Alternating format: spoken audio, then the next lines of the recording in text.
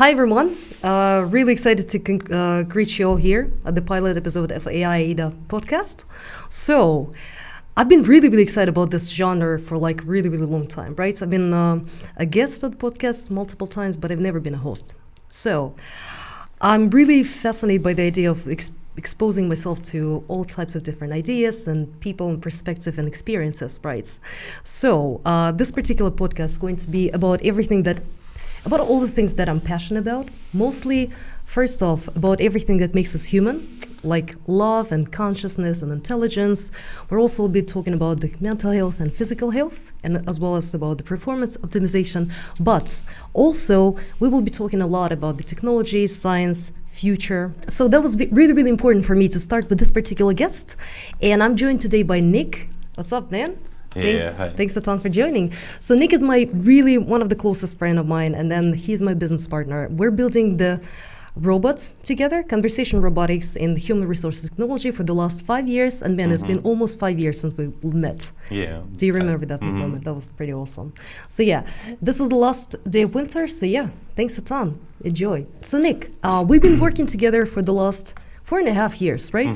On the company called Zor. If for those of you who don't know, we're building the future of HR technology pretty much together with Nick and our entire team. So currently we are working on the robotics and artificial intelligence in human resources departments, right? Those are the robots, conversation robots that are chatting with hundreds and thousands of the candidates as we speak, pretty much. Answering any of their questions about working for the company or about specific vacancies, screening the candidates for a role, helping them out to automate such routine repetitive processes in recruiting like scheduling automation, right? Or screening or re-engagement with the passive candidates, multiple thousands of the candidates at a time. So, Nick, we've met almost 5 years ago. It was a pretty remarkable meeting. That was one of the meetings that actually changed my life in a way, you know? So we've been on one of those founders and developers sessions, I think, back in Moscow. And I came there and I decided to start the company like a couple of months prior to that, right? And I've been working with, as a technology founder, as you know, it is generally recommended to have at least 2 to 3 co-founders in the company, the ones that kind of do have the complementary skill sets in a way. So one of them would be like really proficient in business development, let's say domain, and another one is going to be all about the technology department. And we didn't start to work together right away, right? It took us almost half a year. Half a year, right? Yeah, because we started to work on some side projects first off, on some therapist for the teens. That was pretty interesting. So you always mentioned that when you were a kid, right? So you had this a dream of building the robots. Can you talk to me a little bit about that? No, you know, Was it the first time? I knew that I'm going to be engineer for pretty much all my life without any exceptions. And I consider myself a very lucky person in doing so, because I never hesitated to learn new technologies, to play with the new computers. And this was something I was always very engaged with. And this is something I love. So for me, to write a code is kind of like to write a song for a rock star. Because even now, as we speak, there are many pieces of my software working here and there, and I really feel proud and I feel very satisfied by knowing that there are like few million people at least every day who interact with my pieces of software here and there. And for me, it's kind of the same as to feel stadium singing your song in front of you, because I really like when I can impact other people's lives in a meaningful and good way. So this was engineering for me. And when we met with you, of course, I really love this project, because I understood there are like literally billions of people getting hired every year, and most of these processes are like crazy inefficient, and this actually affects people's life in a bad way, because they cannot find a job, they cannot pay their mortgages and stuff. So I really was very challenged and excited to join this company and to build software which would help to solve this problem, at least to some degree. So but that was a pretty new domain for yourself, right? Because myself, I used to be a recruiter, and I spent recruiting like almost a decade of my life. Oh my God. And thinking about this right now, I kind of hated this thing in a way, because Mhm. I really like literally had to spend like 3/4 of my working hours every day on routine repetitive tasks. So back in 2016, if you remember, there was a really huge craze about the chatbots and the conversational assistants in a way. So everybody were talking about like how they're going to replace the apps, and I thought that was ridiculous. But I immediately kind of thought to myself that it's going to be amazing for recruiting and human resources in general, because these are the pieces that pretty much you don't need the human in there, right? Because humans just don't have the time in a day. What the recruiters have to do every single day, like screen through thousands and thousands of resumes of the candidate that applied, and 90% of them would be absolutely relevant for a job, unfortunately. And afterwards spend like numerous hours going back and forth over the email, trying to schedule them for meetings, calling them to ask the same questions, to answer the same very questions. And it's just, ridiculous. So yeah.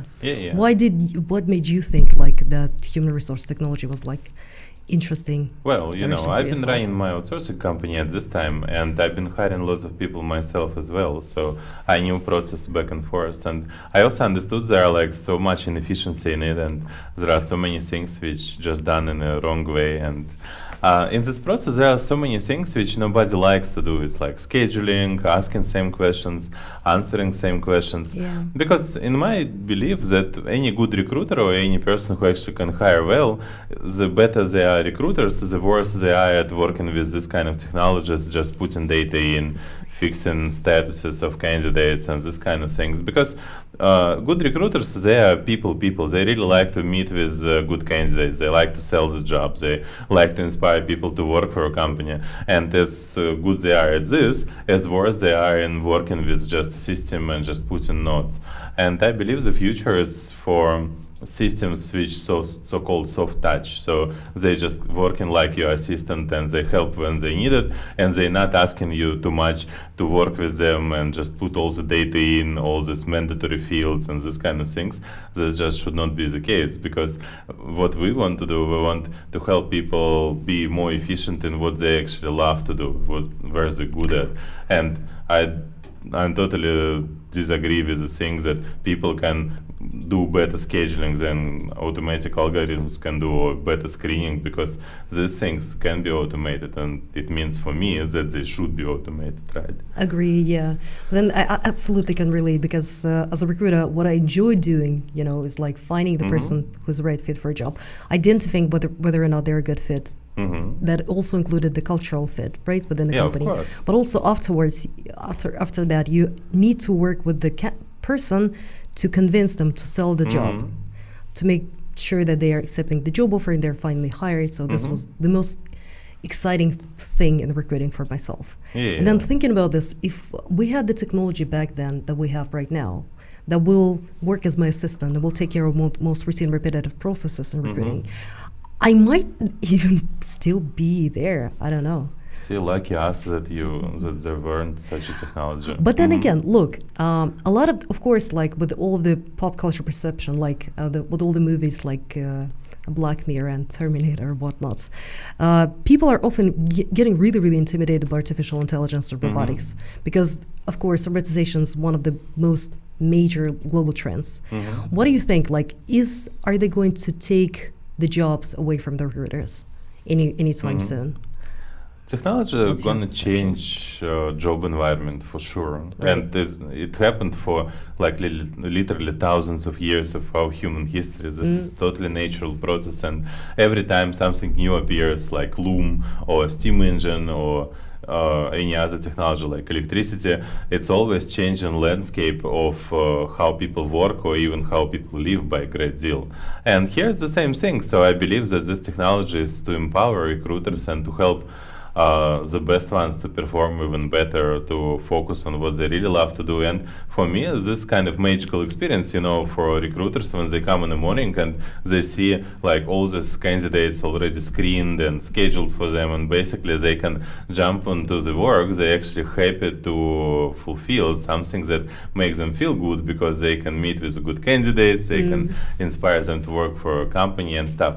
So I definitely think that it's not gonna remove or make these jobs obsolete in this particular situation. It's kind of like phones or emails. Like 30 years ago, we didn't use any digital technologies for any kind of process, including recruitment. And when these technologies appeared, of course, they changed the way people work. And instead of having this paper catalogs of CVs, they start to use some digital technologies to store this candidate information, for instance, but didn't change their job in depths of this. No, it just made it more efficient, more easier. That's true.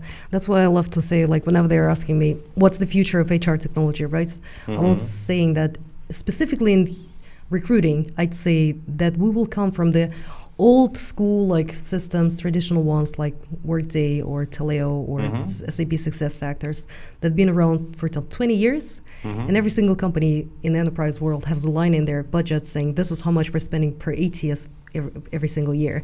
Well, still requires a ton of the recruiter's time of like inputting the data and operating those systems, right? We will eventually come to very new class of systems, which I call the AI-powered ATSs. This might change, of course, but then again, so the things that will be operated by a handful of people only, and then the rest of the, and they will take care of most routine repetitive tasks again, while allowing the recruiter to do what they're best at. Yeah, it's like going to being be the kind of people like people. Tesla for recruiters, so they can just Agree. sit at destination and just Yeah. enjoy the ride. So, Well, at the moment, still, like back in 2016, that sounded a little bit crazy, but and then we were Tesla so also early did on. sound crazy back in the day. Like all the good ideas are crazy until they're not, right? Yep. Yeah. What I'm thinking, sensing right now is like we're just approaching the early majority at the moment.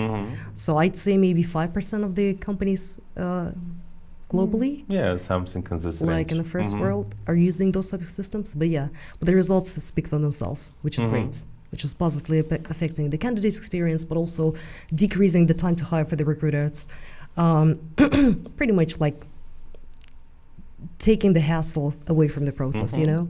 Yeah, So, and for me as an engineer, any technology which makes people's lives better is worth making. So it's cool to do. Of course. And you identify, you're a rocket scientist, former rocket scientist turned to be AI developer, which is really, really exciting. And then you also been involved in like all types of like blockchain and then VR, like what? So many new and cool stuff. Yeah, back in Like, the day when yeah. I ran my outsourcing company, we've been focusing on this kind of new and appearing technologies because I like to learn something new and do some cool things which nobody else could do yet. Got it. Yeah, it was lots of fun. But you are excited about the artificial intelligence and robotics. Yeah, of course. Right? Maybe not in a way as many people excited because, again, as you said, there are like lots of popular misconceptions about what actually AI is and what it actually can and cannot do. And on the other hand, of course, I'm super excited that actually it's getting more human, getting more helpative to us. And actually, in a real way, we live in a world which is already, so to speak, conquered by AI. We have it everywhere. We have our navigational systems. We have our social media. We have all content which we see in a day managed by AI already. And it's very difficult to put some line like before AI or after. We basically live in a world which evolves over time. And it's not like AI revolution happens. It just evolves and gradually becomes part of our life, which we actually cannot imagine our life without. So right now, navigation for us is just totally natural thing, and I really like saying that all technologies are called AI before they become mainstream. And for this recruitment pieces of software, I believe it's going to be the same thing. So it's going to be like 10 years from now, and everybody going to feel that it's just the only way to do things, that candidates can talk to company like at night or on weekends or any other time, ask questions, schedule meetings, schedule interviews with the help of this kind of digital assistants. And this will be like supernatural and nobody call it AI anymore. Agree, because one of the first applications obviously were spam filters on the emails, right?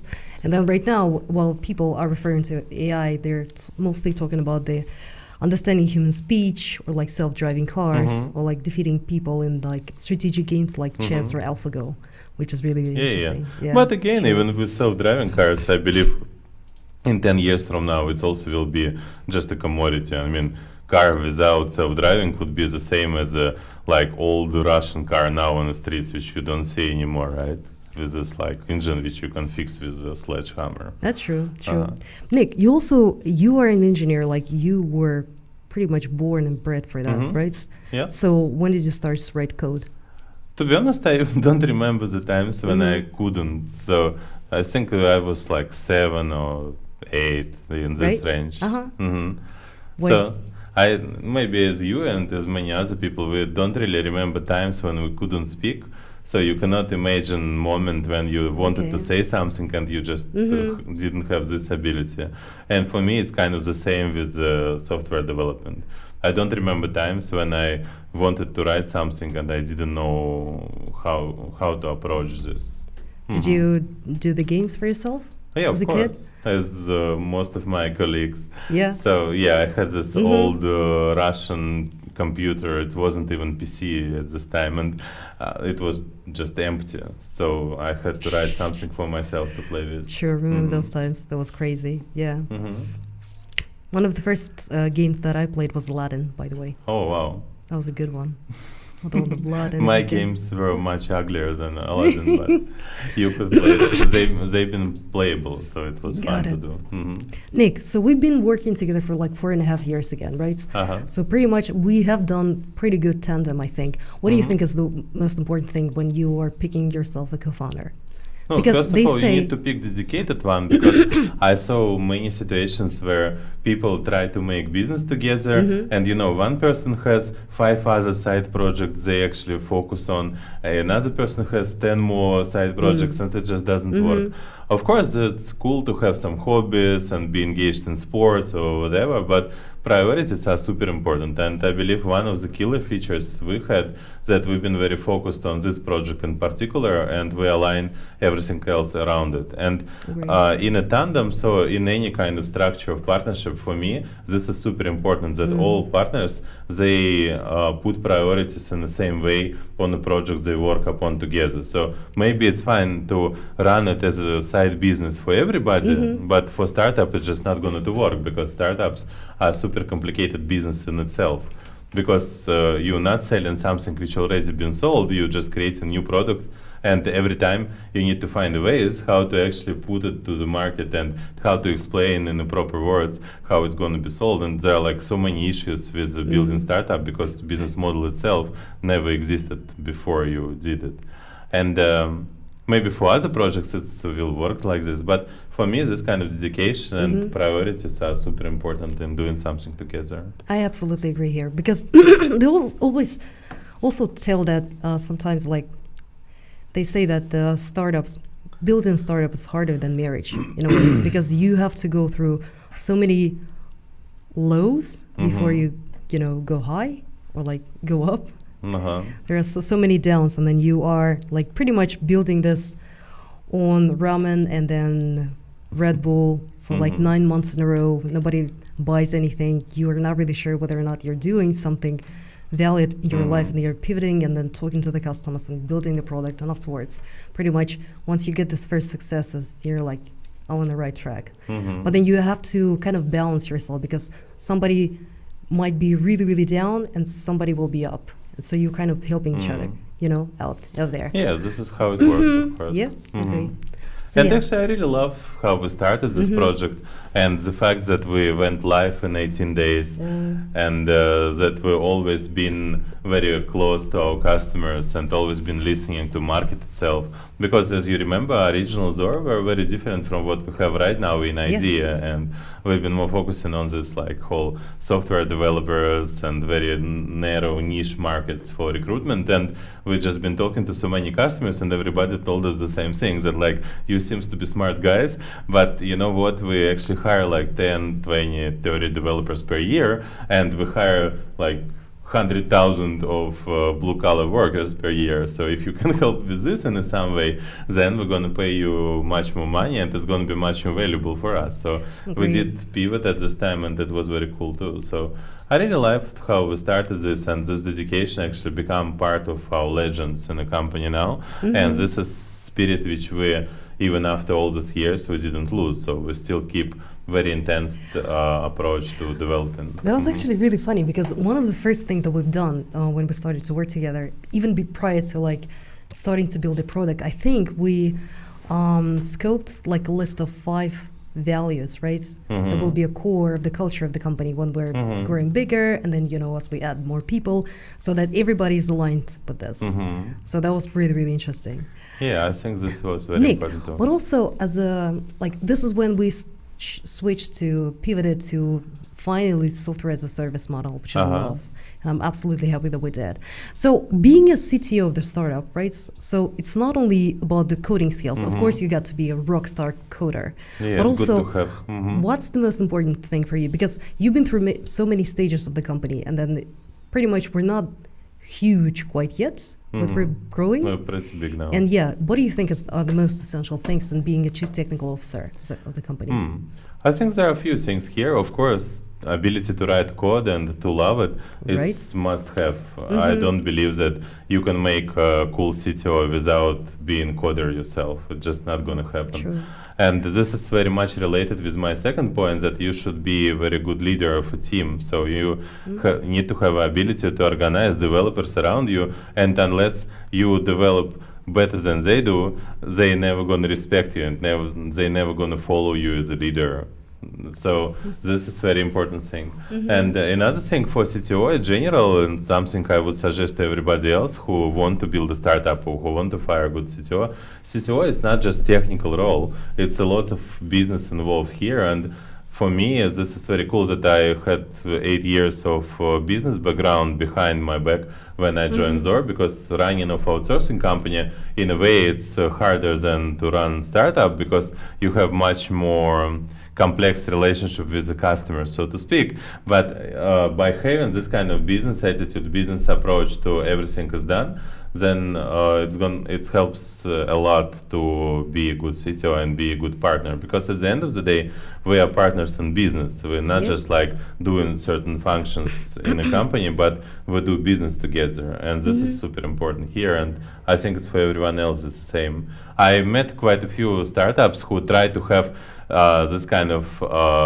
small role CTO guys, like for 5% of equity in a company, who basically just a free coder for them before they have money to hire a real team. So they just try to build something like some kind of MVP, and they give equity for this. But on the long run, this kind of approach is never going to work, because once you got funded, once you start to grow, you right away need to hire more developers, and you need to hire in very aggressive way. I mean, you need to hire like real fast. You need to organize team in a strong way again, that they very aligned with the business requirements and with what actually business want from them. And the last but not least, you need to keep motivation super high in your development department, so they really perform as good as they can. Because for me, coding is kind of art. It's not just like people work on this conveyor belt and putting some nuts together or painting something. It's not like this. It's very creative work. And for any kind of creative work, motivation is super important. So if people, developers, they don't feel so excited about what they do, they're going to perform much worse compared to a situation where they feel this kind of sense of togetherness and that they're building something great and something that nobody done before. So this kind of balancing is very important, and for me it's pure CTO role to achieve this kind of things and to be successful as a development. And since we're in a technical business, technology is important, right? So we need to be on top of our competitors based on what kind of technology we produce, right? Yeah, it's my little cat saying hello to everybody. Hey. He's too cute. I know. Go. Yeah, that's what I think about CTO. Got it. Yep, that makes sense, because those was the story of my life. I tried to literally hire a CTO who would be working with me, but I didn't really know those people good, And then again, being a partner in business is such a hard role, especially in startup. Technology startup on a very, very new and emerging field, which has never existed, and nobody knows whether or not there is a market over there. And you just go by calling in a way, So you just believe in idea, you know the domain, you believe that it's going to be something that's going to grow huge. And yeah, pretty much this is why we didn't really start to work together right away. We just waited for like half a year. We've been working on some sort of side projects, and afterwards, you actually won this first national-wide competition in AI chatbots back in Russia, because both of us are Russians, speaking English somehow. But yeah, so and then how was it? Why did you do this? I was really, really curious. Well, I knew about Zor for quite some time, and I saw that technology doesn't go very well there, and this previous CTOs before me, they failed to deliver. And I just decided to impress you in some way that you can recognize. So I went to Google, asked like what kind of competition is going to be in AI and chatbots anytime soon, and found this nationwide competition. And I just went there, took first prize, and come back to you and said, like, there are no better people among 146 millions at least who can do this job better than I am.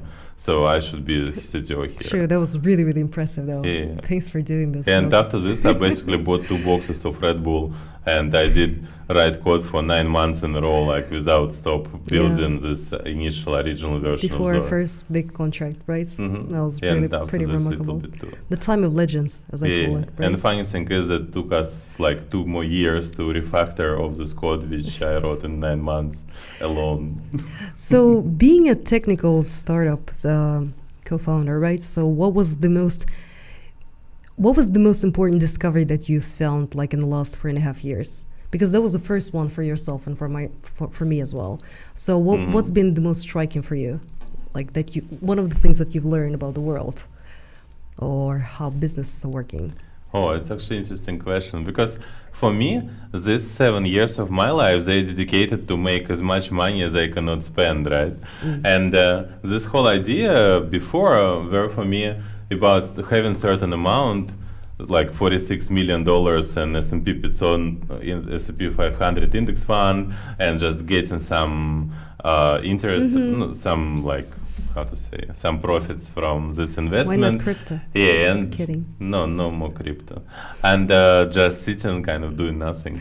But during this time, I understood that actually money is designed in a very different way from what I thought before. And if you have enough will and power and certain reputation, and you know how to explain things, you basically can raise as much money as you want for your projects. They quite easy to get in real life, because there are just a handful of people who are like creators, who can build this kind of project, this kind of technologies, and there are always more money in the world than people who actually can use this money well. So for me, like one of the main understandings about the world, if you ask me, were that if you do right thing, and if you know how to find investors, find partners, if you have this kind of skills, then it's quite easy for you to have as much money as you need for your projects and for your life, of course. That's cool. Yeah. So for me, infinite amount of money, it's not about certain amount of money anymore. It's much more about what you can do. Yeah. For myself, the most interesting thing that I've found is that geo arbitrage in a way, because there are certain things in the world where you can do things like so much more effective and like under much better conditions, like raising funds. So finding the best executive team that you can find, which used to only be able to do back in Silicon Valley. Although, in the last 12 months, oh my God, this is the last day of winter right now. So tomorrow is going to be roughly a year since I saw my team back in California in person, which is crazy, absolutely insane. But, and ever since then, like a lot of the companies have moved, if you heard about this thing called Exodus, right? A lot of the startups and technology giants moved to, let's say, Texas. And then I spoke to my friend recently who lives in Austin. He said that the housing prices over there are like getting ridiculous, absolutely.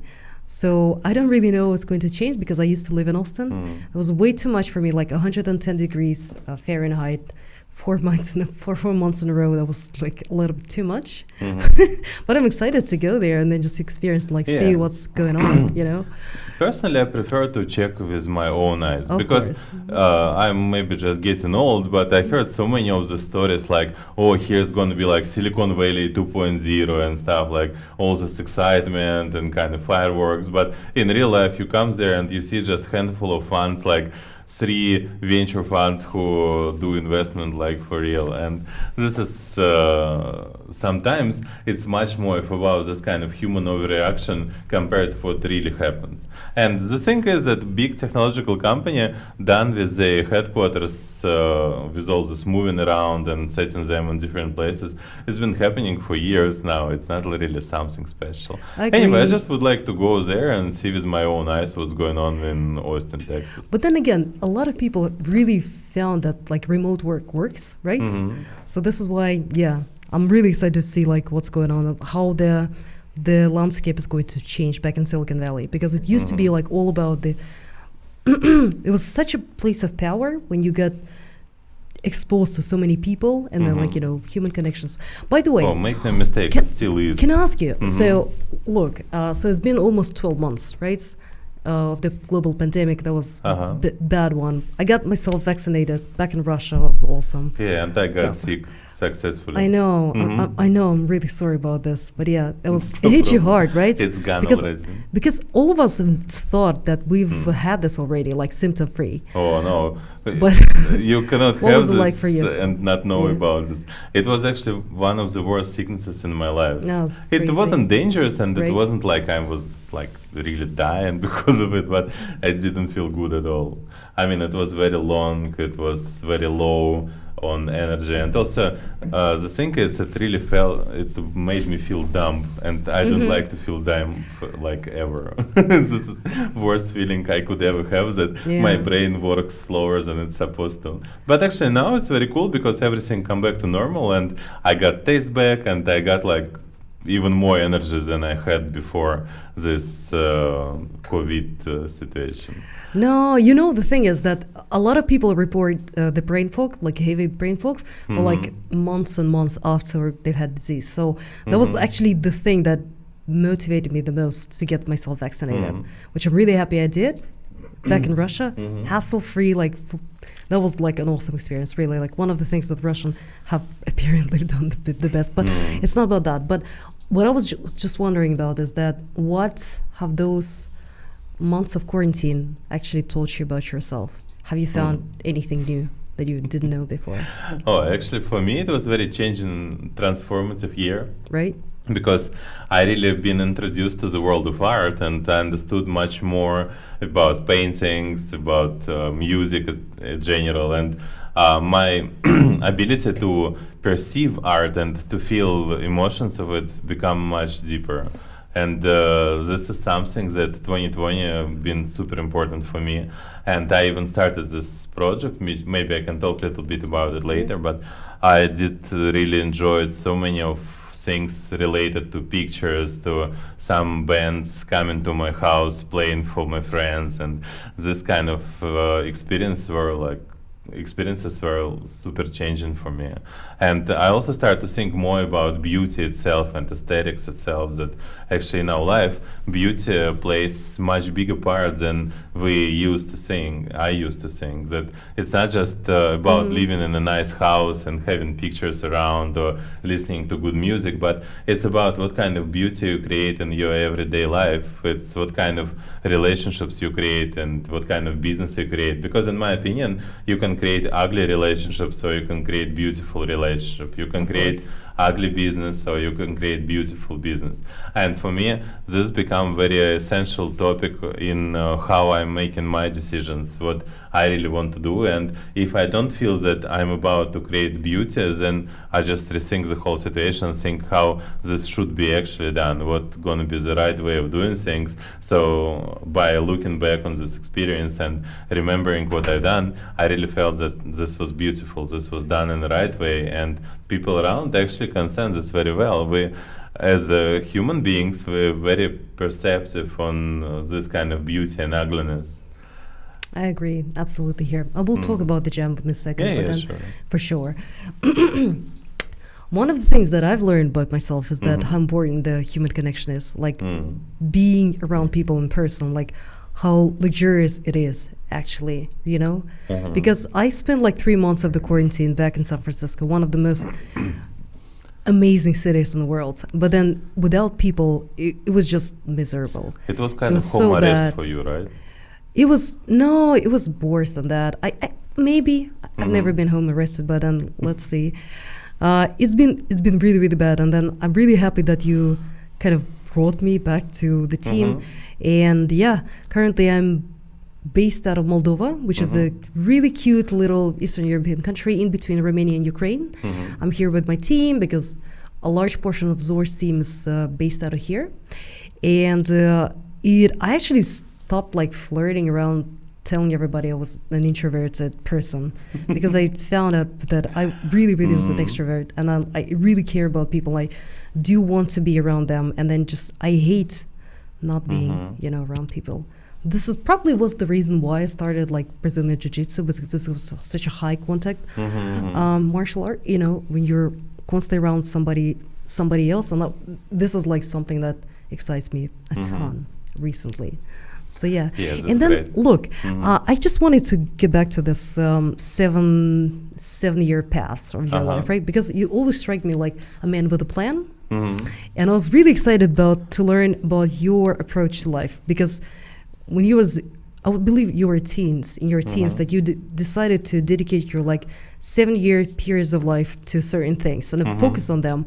Like, how did you even like? How did you come up with this idea? I was just really curious. Yeah. You know, this teenage, it's time when you think about your life and what you want to achieve based on what you already have. And of course, I always had some great plans in mind, and I always wanted to build something cool, like any great engineer would like to do, right? Robots and something impactful for many humans. And because of this, I've been thinking what I should do, how I should organize my life in order to achieve these goals and to do something cool. So I decided that I will split my life into 7 years periods, and on all of them I will focus on a certain main theme, so to speak. It's not like I'm going to forget about everything else, but this kind of priorities is very essential for what I do. So I decided to spend my first 7 years to become a good person, and the only way I found to do so is to participate in some volunteer work for 7 years. And I did work on drug abuse, domestic violence prevention, and this kind of programs to help people. And it was actually very exciting because I've been traveling around the world. I've been to many different places. I've been to 47 states of United States in my life at this time. So it was so much activities, and all this activity been around helping people in very difficult situations, and also which is not so like black and white, because if we talk about cancer or we talk about certain things which definitely bad, then it's quite easy. But when you work with drug abuse, then many people actually think that people who are addicted, they're guilty themselves, so they should go to prison because they are addicted, this kind of things. So by working in this kind of environment, I really always try to become a better person, try to be more understandable to. And also I've been working on fundraising programs a lot, so I learned how to deal with many different kinds of situations and people. I did count at some period of time that I met over 100,000 people face to face through these years of working on volunteer work. Oh my God. And that's quite a lot. I believe maybe some people who work on register in some supermarkets, they meet more people over the course of their work, but I did not only meet them, I did fundraise, I tried to inspire these people to make a donation or inspire them to go to rehab and this kind of stuff. So it was very interesting, a very engaging type of work. So this first 7 years been committed to become a good person. So how do you understand whether or not you actually achieved this goal? I'm just curious. No, this is impossible to measure, but based on my other 7-year courses, it seems like first one was achieved quite well. That's good. Because I believe personality is the foundation for everything else, and unless you have good personality, and good personality for me is quite a simple thing. Just be committed to your goals, be serious about promises you make, learn how to work with different kinds of people, and try to find some common grounds and make a good connection, do good things together. So it's quite a simple set of skills you actually can achieve in order to do everything else. Because if you want to do business, or if you want to do family, or any other type of achievements, you still need this kind of basics first. So you need to learn how to focus, how to set up and pursue goals, and how to deal with people and be nice to them. How to communicate your values and the balance. So do you think I succeeded in this path or not? Of course, yeah. You're like one of the most wonderful people I've ever met, really. So the second 2-year period was like dedicated to your family, is that right? So I decided that I want to have a family and kids, and by this time I didn't do much business-wise. I've pretty much been running my cute little outsourcing company for like 60 employees, which is for outsourcing is not so big, just like reasonably big. And I did focus a lot on raising my kids and making good relationship with my wife, and just focusing as much as I can in the right way on building a strong family and conveying my values, my culture to kids. And I'm super happy about this. They now grown up a little bit. My younger one, she actually draws paintings and sell them, and elder one do some animations and put it on YouTube. So they're like super cute and they love me a lot. This is good. So I could say I succeeded in this path, at least to some degree, really for cool. sure. So the third 7-year period was about business, right? And this is where we're at right now. Yeah, which is running right now. And my original theme was to make as much money as you cannot spend, but of course it's much more about just building global companies, doing business, learning how to raise funds when you need them, learning how to scale business properly, how to find good partners, how to find great lieutenants for departments, and how to not just gather many people together, and it's not even about how to make lots of money, but how to build the structure itself, which can be self-replicating and which can grow without too much effort from a founder's side, and which can attract as much money and customers as needed to sustain this exponential growth. Yeah, that's really exciting for me as well. So, and so far it also was quite successful. Of course, yeah. What do you think about the next 7-year period? Do you have a plan for that? My thoughts now, it's going to be a path of science, and we'll see if I can get PhD within the 7 years. And I'm very excited about learning more about neuroscience, about a relationship between what kind of experiences people are going through and how our brains react. I'm really excited about Neuralink, which Elon Musk is doing. So if you invite him, please ask more about these types of technology and where they actually really at, because everybody asking him about Tesla all the time, and I mean, just like too much talk. But neuroscience, I think it's next step in human evolution, and it's very interesting for me. So and I want to work on this field and do some breakthrough in the science as well. This is really cool. I mean, the science is actually really, really interesting. So one of the things that I really want to talk to you about is that you've always had this idea, and we spoke about this like not once, for sure, that you really would love to upload the human mind on the cloud, right? And then that you really would love to achieve the kind of digital immortality in a way.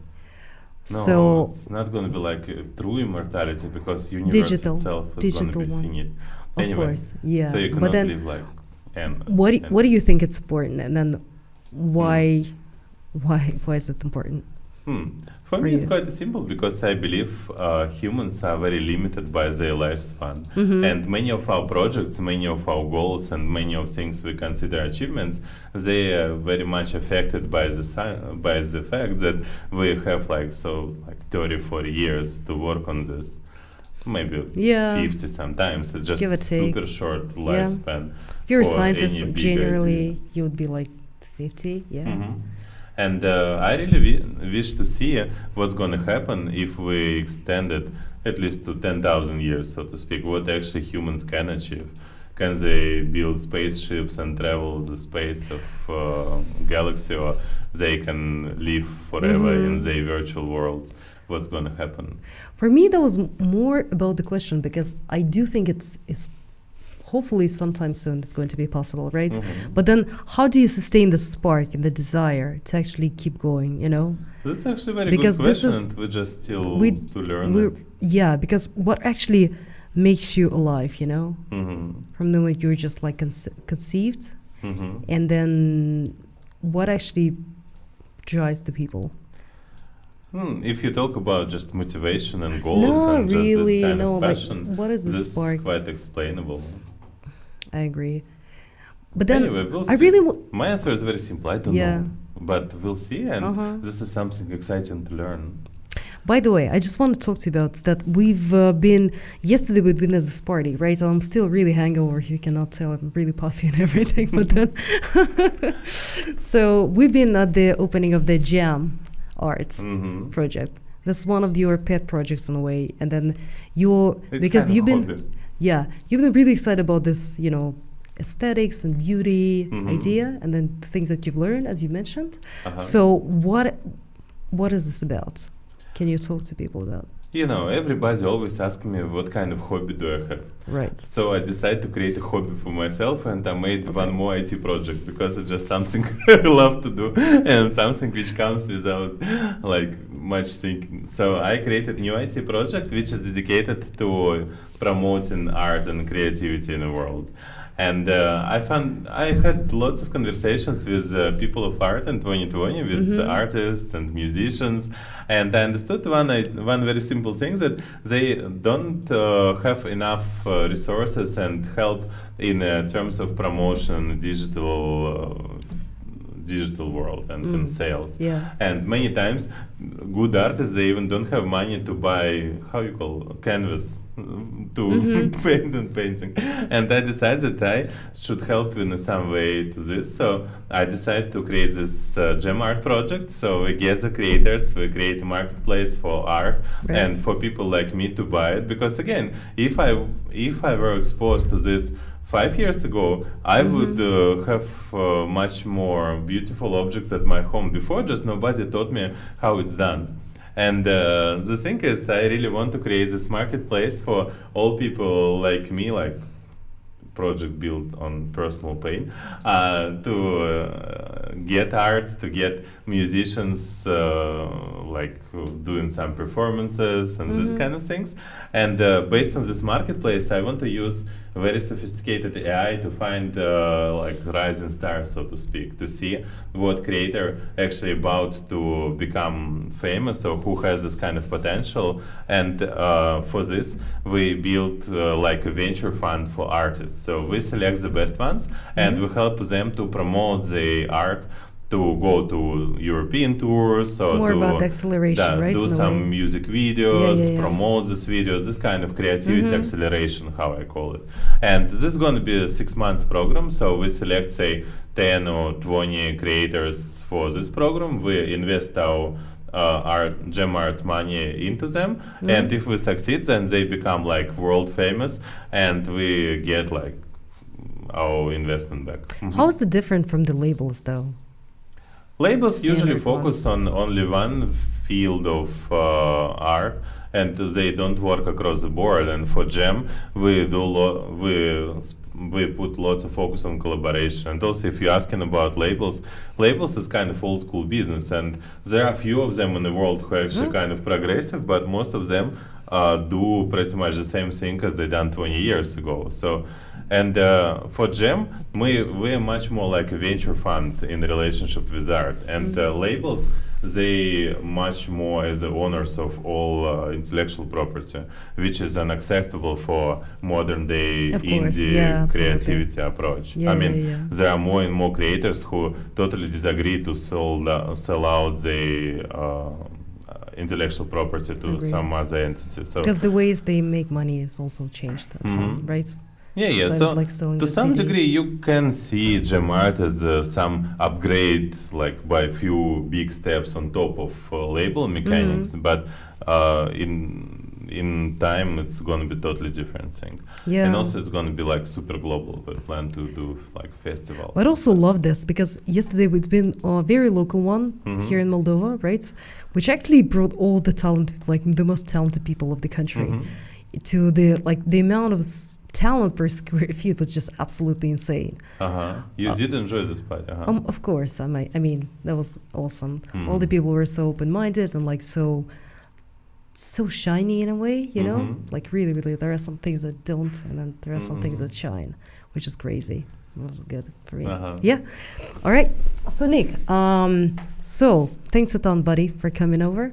Oh, It you're was very such a welcome. pleasure to have you on the first episode. So yeah, everybody, hope you enjoyed.